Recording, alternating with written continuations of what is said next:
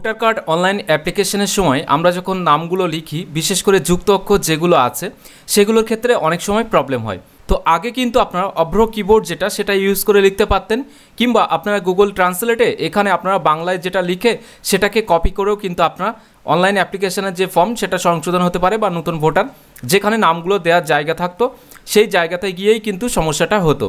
তো আজকের এই ভিডিওর মাধ্যমে আপনাকে দেখাবো, বিশেষ করে যাদের নাম বা টাইটেল যুক্ত অক্ষর রয়েছে বা তারা সঠিক যে বানানটা সেটা এখানে আসছে না, তারা কিভাবে এই নামগুলো লিখবেন। তো আমি এখান থেকে কয়েকটি নামের স্যাম্পল দেখাবো যে নামগুলো সঠিক বানান সেটা কিন্তু এখানে আসে না। তো যে কয়েকটি অভিযোগ পেয়েছি বা কমেন্ট করেছেন আপনারা আগের ভিডিওগুলোতে, তার উপরে ভিত্তি করে এগুলো জানাচ্ছি। আশা করি এগুলো দেখলে আপনারা নিজেরাও ট্রাই করে কিন্তু করতে পারবেন। ফার্স্ট এখান থেকে আমি একটা নাম দেবো, একটা নামের টাইটেল যেটা আকুঞ্জি। তো এই আকুঞ্জিটা লেখার পরে দেখবেন এখানে বানান সেটা কিন্তু সম্পূর্ণ ভুল আসছে। এর জন্য এখানে কিবোর্ড যে অপশানটি আছে এখানে ক্লিক করবেন, পেজটিকে একটু স্ক্রল আপ করে নেবেন, এরপরে এই জায়গা থেকে একটা ক্লিক করবেন, এরপরে এগুলোকে সম্পূর্ণটাই ডিলিট করে দেবেন। দেওয়ার পরে এখানে আপনারা ফার্স্ট আ যেটা আছে সেই আটাকে সিলেক্ট করে নেবেন।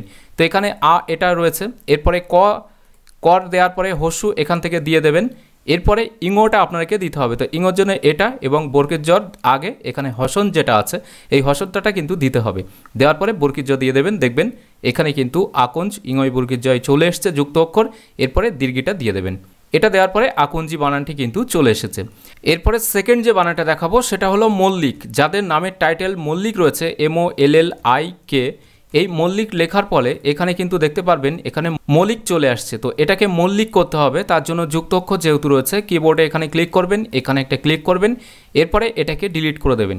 তো মল্লিকের ময় ওকাল লয় লয় হস্যি ক হবে, তো এখানে ল দেবেন, এরপরে হসন্ত এখানে ক্লিক করবেন, আবার ল দেবেন, এরপরে হস্যি বা দীর্ঘি আপনার ক্ষেত্রে যেটা হবে সেটা আপনারা এখানে দিয়ে তারপরে ক যেটা আছে এই কটা দিয়ে দেবেন। সুতরাং এখানে দেখবেন মল্লিক যে বানান সেটা কিন্তু চলে এসেছে।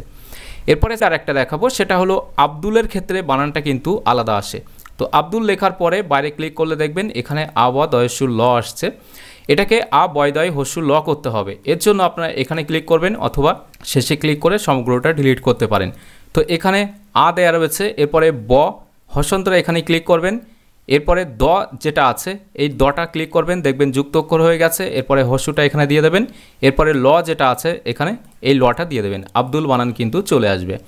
এরপরে লাস্ট আর একটা দেখাবো মোল্লা বানান। মোল্লা বানানের ক্ষেত্রে অনেকের প্রবলেম হয়, এখানে মোলা চলে আসে।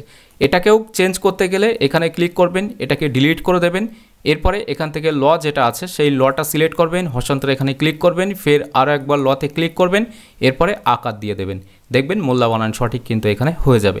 তো এখানে সব জায়গাতেই ম্যাক্সিমামটাই কিন্তু হসন্ত যেটা আছে এই হসন্তটাতে কিন্তু আপনাকে ইউজ করতে হবে, তবেই কিন্তু যুক্ত অক্ষরের ক্ষেত্রে আপনারা লিখতে পারবেন।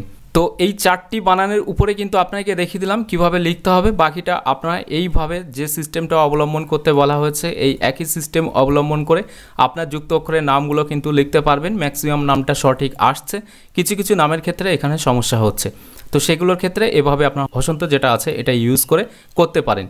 তো আজকের ভিডিওর মাধ্যমে এই ছোট্ট আপডেটটুকু আপনাকে দেওয়া ছিল, যাদের ক্ষেত্রে লিখতে অসুবিধা হচ্ছে তারা কীভাবে লিখবেন যুক্ত অক্ষরগুলো সেই বিষয়টা। যদি ভিডিওটি ভালো লাগে তাহলে অবশ্যই একটি লাইক করে দেবেন এবং বেশি বেশি করে শেয়ার করবেন সকলের সাথে, যাতে সবাই এই বিষয়ে জানতে পারে। এছাড়াও এখনকার এই ভিডিওটি প্রথম থেকে শেষ পর্যন্ত দেখার জন্য আপনাদের সকলকে জানাই অসংখ্য ধন্যবাদ।